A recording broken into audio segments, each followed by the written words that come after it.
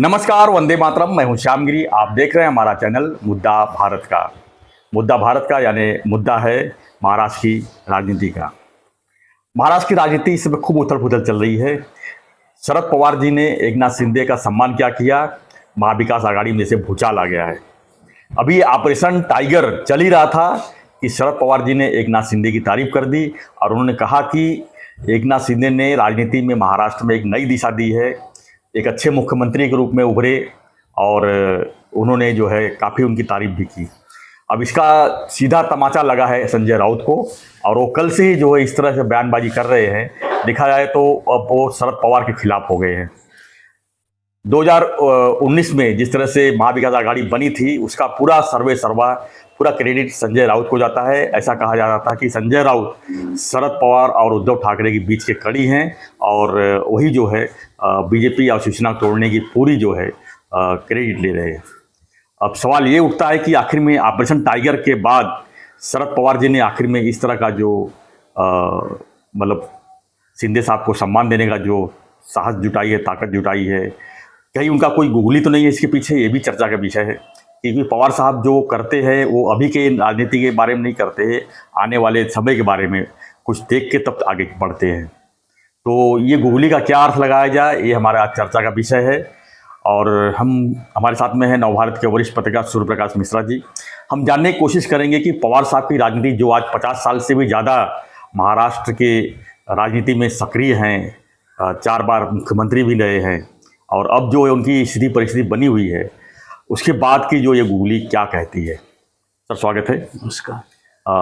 आपने देख रहे हैं कल से किस तरह का भूकंप आया हुआ है। पवार की गुगली की बात की निस्संदेह पवार राजनीति में पवार की गुगली चलती रहती है जी। जहां पवार की गुगली चलती है वहीं संजय राउत के मामले में माना जाता है कि उनकी चुगली चलती है। तो गुगली और चुगली के बीच में केवल एक तरीके का मनोरंजन है, मुझे ऐसा लगता है। रही बात उन्होंने उप मुख्यमंत्री जी का सत्कार किया, वो महादजी शिंदे मराठा के जो मराठा ग्रेट वॉरियर थे, पानीपत की लड़ाई के बाद उन्होंने दिल्ली पर भी कब्जा किया था। तो उन वीर महादजी शिंदे के नाम पर माननीय उप मुख्यमंत्री एकनाथ शिंदे जी को पुरस्कार दिया गया, सम्मान किया गया। अब आप देखिए वो मराठों का कार्यक्रम था, मराठा समाज का कार्यक्रम था, सकल मराठा समाज के एक कार्यक्रम था। तो उसमें निस्संदेह यह बात जान लीजिए, कुछ भी हो, महाराष्ट्र में जैसे मराठा छत्रप के रूप में एक शरद पवार की ख्याति रही है, उनको एक वरिष्ठ नेता माना जाता है। अब पवार भाई सत्ता में रहें न रहें, लेकिन उनकी अपनी एक अहमियत रहती है। तो उसी प्रकार एकनाथ शिंदे जी भी मराठों के बड़े नेता बनकर उभरे हैं। वो तो पूरे महाराष्ट्र में छाए, लेकिन मराठा समाज को लेकर एक ये रहती है। देखिए मराठा राजनीति, महाराष्ट्र की राजनीति मराठों के इर्द गिर्द घूमती है, इसमें कोई संदेह नहीं। तो मराठा समाज के जो भी कद्दावर लोग हैं तो उनका अपना एक अलग मिजाज रहा है महाराष्ट्र में।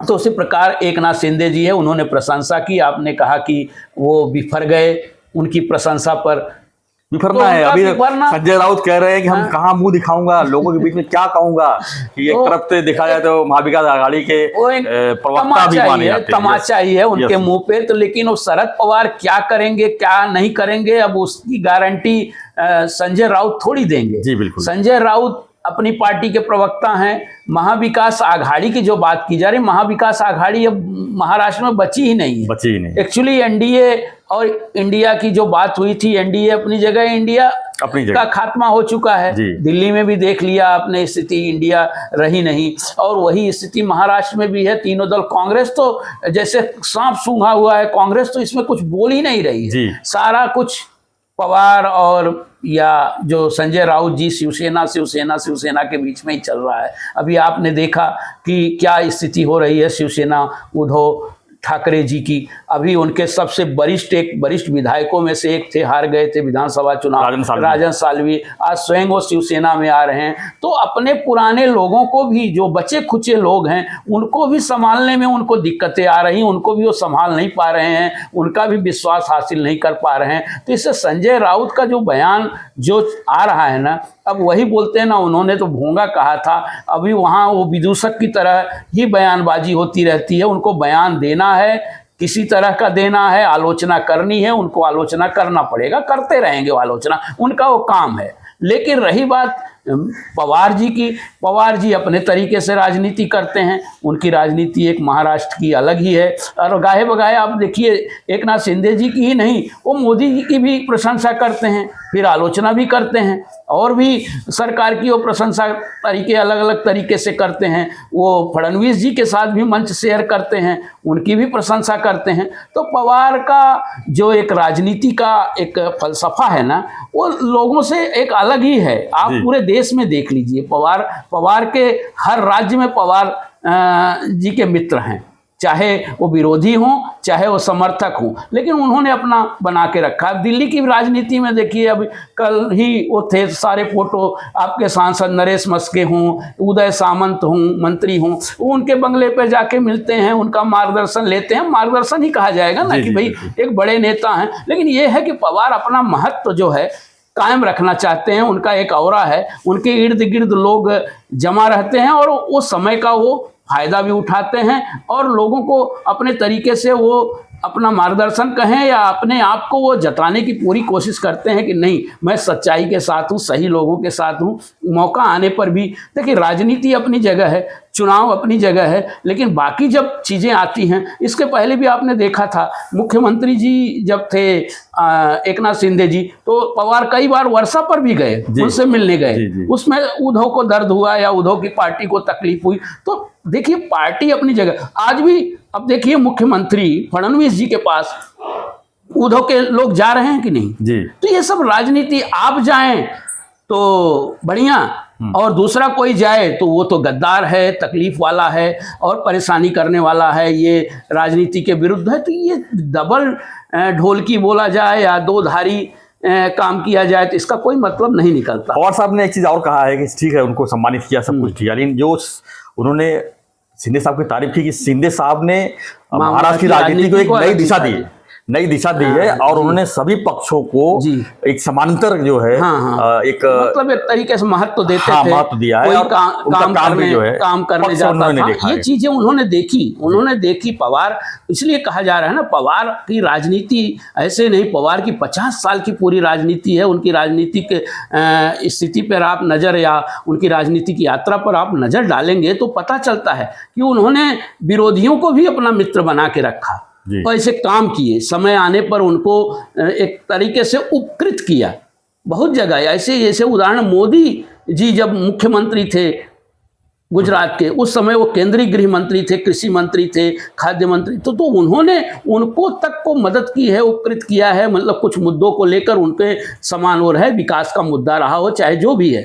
लेकिन उसी तरीके का मुख्यमंत्री एक नाथ शिंदे जी भी अपने कार्यकाल में, वो विरोधी, वो तो स्वयं कहते थे कि भाई मेरे पास जो आता है मैं काम करता हूँ, काम मैं जानता हूँ, अगर अच्छा काम है, कोई विरोधी है या समर्थक है या उसी पार्टी का है, दूसरे पार्टी का है, विपक्ष का है, लेकिन मैं उसका काम करूँगा। तो ये छवि उन्होंने निस्संदेह बनाई। लेकिन पवार साहब का छवि तो ये भी है कि उनके ऊपर कोई भरोसा नहीं करना चाहता और वो जो कहते हैं वो होता नहीं है, ऐसा लोगों। लेकिन राजनीति में तो यही है ना, राजनीति में अब ऊंट किस करवट बैठेगा इसका पता नहीं चलता। तो राजनीति इसी के लिए कहा जाता है कि राजनीति में मौका देखा जाता है। मौके की राजनीति उन्होंने मौके का फायदा, जब उन्होंने देखा कि कहीं कुछ न कुछ कहीं से टूट रहा है तो उसको अलग तरीके से उन्होंने जोड़ने और सीने की कोशिश की है। तो शरद पवार जी की राजनीति तो है, लेकिन शरद पवार जी की राजनीति अगर बात करेंगे तो कहीं ना कहीं जहां उनको फायदा दिखा है वही काम उन्होंने किया है। तो क्या उन्होंने शिंदे की तारीफ करके कुछ यहाँ पर भी फायदा दिख रहा है? नहीं, राजनीति में तो देखिए फायदे की बात तो होती ही है, विचारधारा की बात एक अलग है, विचारधारा की बात होनी चाहिए, विचारधारा मिलनी चाहिए। लेकिन राजनीति के इतर, जैसे आप मुख्यमंत्री हैं, उप मुख्यमंत्री हैं, मंत्री हैं, अगर आप उनसे मिलने जाता है, विरोधी पक्ष भी है, तो वो अलग विचारधारा की मतलब से छोड़कर वो फायदे की थोड़ी बात करेगा लोगों के। आप देखिए जैसे राजन सालवी जी या कोई भी विधायक, जब उसका काम नहीं होगा तो क्यों रहना चाहेगा साथ में? जब उसको इज्जत नहीं मिलेगी तो कौन रहना है? अब जनता का भी आपको काम करना है, उसके साथ रहना है। हाँ, विचारधारा अपनी जगह है, तो विचारधारा की या तो लड़ाई लड़िए। विचारधारा की लड़ाई पार्टियां लड़ती हैं, पार्टियों के पीछे संगठन रहता है, संगठन के साथ विधायक रहते हैं, सांसद रहते हैं। तो पार्टी विचारधारा की है, लेकिन काम जो है वो तो सांसद करेगा, विधायक करेगा, नगर सेवक करेगा। तो उसी प्रकार से ये सारी चीजें भी हैं। अगर आपका काम नहीं होता है तो आप क्यों रहेंगे, आपको इज्जत नहीं मिलती। अब आपको बता दें, राजन सालवी का चल रहा था बहुत दिनों से, तो वो सीधे उद्धव ठाकरे मिले ही नहीं उनसे, और उन्होंने कहा कि तुमको जाना है तो जाओ बिंदास। तो आप अगर इस तरह से कार्य करता हो, यहाँ लोग कहते हैं कि भाई अगर कुछ होता रहता है तो उसको संभालने की कोशिश करते हैं, उसको बुलाते हैं, समझाते हैं, भाई ऐसा क्यों हो रहा है, क्यों कर रहे हो, ये करना है। लेकिन वहाँ अभी भी इतना दम्भ है उद्धव ठाकरे में या इनके में कि यो जिनको जाना है जाओ, मतलब कि पूरा गिर पड़े तो भी टांग ऊपर पूरी तरह। तो ये दंभ जो है ना, मतलब रस्सी जल के लायक नहीं है। बिल्कुल, दंभ जो है राजनीति में ज्यादा दिन तक नहीं चलता। वही दंभ मायावती को खा गया, वही दंभ आज, उसी दंभ के चलते आज केजरीवाल की यही स्थिति हो गई है। तो राजनीति में दंभ नहीं चलता, ये आप गर्व करिए, राजनीति में हठ गर्व करिए, हाँ, हठ और अहंकार मत करिए। अहंकार की सीमा एक होती है। आप देखिए शरद पवार की राजनीति भी देख लीजिए, उन्होंने कभी अहंकार को आड़े नहीं आने दिया। आपको पुराना उदाहरण आप देख लीजिए, वो विदेशी मूल के मुद्दे पर बाहर होते हैं सोनिया गांधी से, एक साल बाद वहीं की सरकार में, तो एक साल में वो 98 में निकलते हैं और 99 में उन्हीं के साथ सरकार बना लेते हैं। तो ये राजनीति का एक अलग ही दिशा होती है, अलग ही एक पैमाना होता है। तो इसमें कोई संदेह नहीं, उसमें देखिए काम अगर करना है, आगे जाना है, तो वो आपको उस दिशा में उस तरीके से आगे बढ़ना होगा। धन्यवाद मिश्रा जी। तो हमारा चर्चा यही था कि जो एकनाथ शिंदे के सम्मान और देखा जाए तो संजय राउत का अपमान, आखिर में क्या है राजनीति महाराष्ट्र की। ठीक है, सम्मान उन्होंने, शरद पवार जी है वो क्या संजय राउत को पूछ के सम्मान करेंगे, ऐसा तो नहीं हो सकता है। या संजय राउत जो है पवार साहब से पूछ के किसी को काम तो नहीं करते होंगे, ये भी मुद्दा है। लेकिन यहाँ तो महाराष्ट्र की राजनीति है, महाराष्ट्र की राजनीति में कौन किसका कहाँ होगा पता नहीं, ये अलग बात है। लेकिन कहीं ना कहीं संजय राउत जो है इस समय इतने बिखरे हुए हैं, अगर मौका मिलेगा तो वो खुद ही जो है कहीं ना कहीं दूसरी पार्टी पकड़ लेंगे, ये भी भविष्यवाणी तो है ही। लेकिन सवाल यहाँ पर यही है कि आखिर में संजय राउत इतना आग बबूला क्यों हुए हैं पवार साहब की वजह से। तो फ्रेंड्स, आपकी क्या प्रतिक्रिया है हमें कमेंट बॉक्स में लिखिए और बने रहिए हमारे साथ, देखते रहिए हमारा चैनल मुद्दा भारत का। चैनल को लाइक, शेयर और सब्सक्राइब जरूर करें। धन्यवाद मिश्रा जी, धन्यवाद, जय हिंद।